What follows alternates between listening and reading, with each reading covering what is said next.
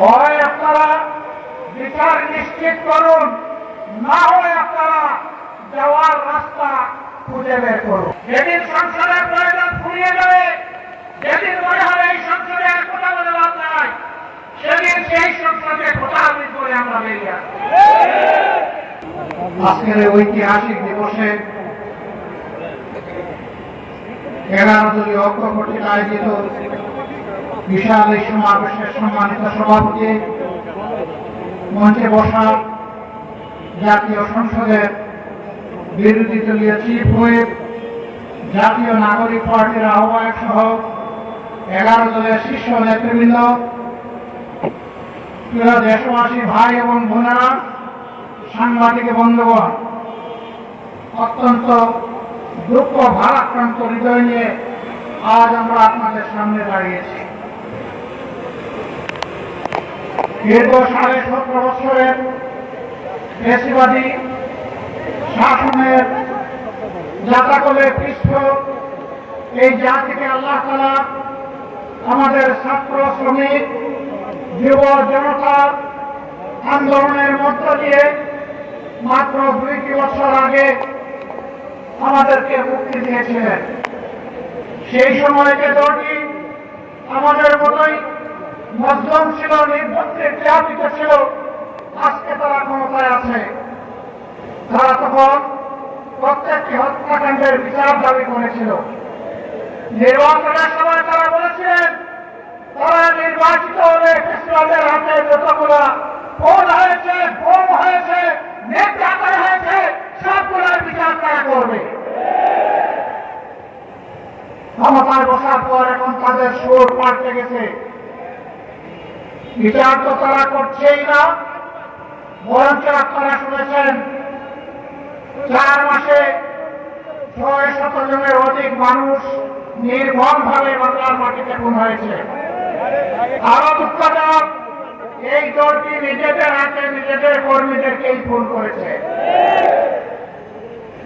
যাদের নিজেদের কর্মীদের সম্পর্কে নিজেদেরই কোনো দায় এবং দরদ থাকে না, 20 কোটি মানুষের জন্য তাদের কি দায় এবং দরদ থাকবে?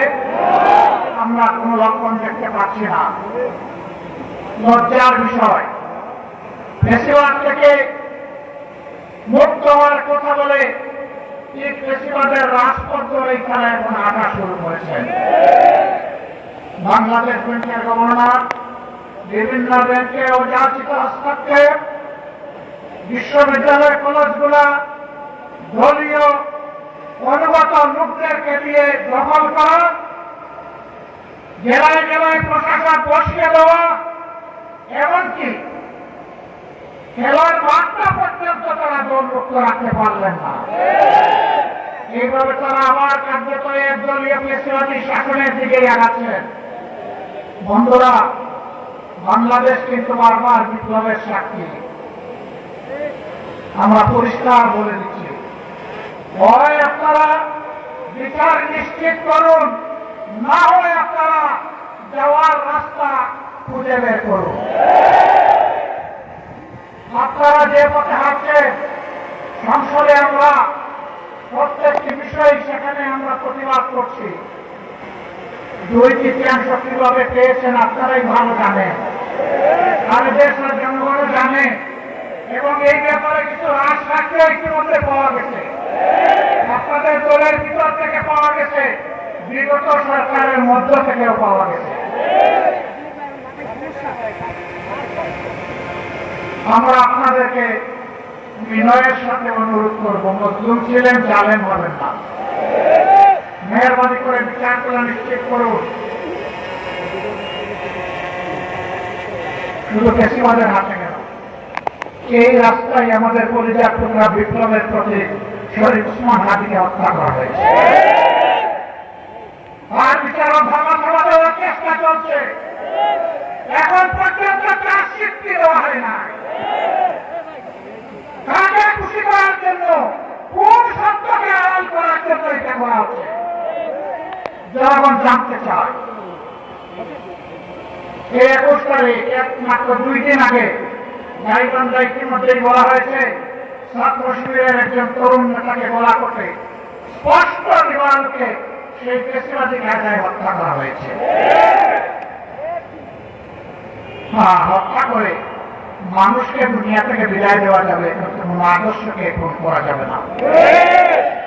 এদেশের মানুষের অন্তরে, কলিজায়, হৃদয়ে, মগজে সব জায়গায় বসে আছে মজবুতভাবে রাসূলুল্লাহ সাল্লাল্লাহু আলাইহি সাল্লামের আদর্শ। এই আদর্শকে নির্মূল করার চিন্তা করবেন না।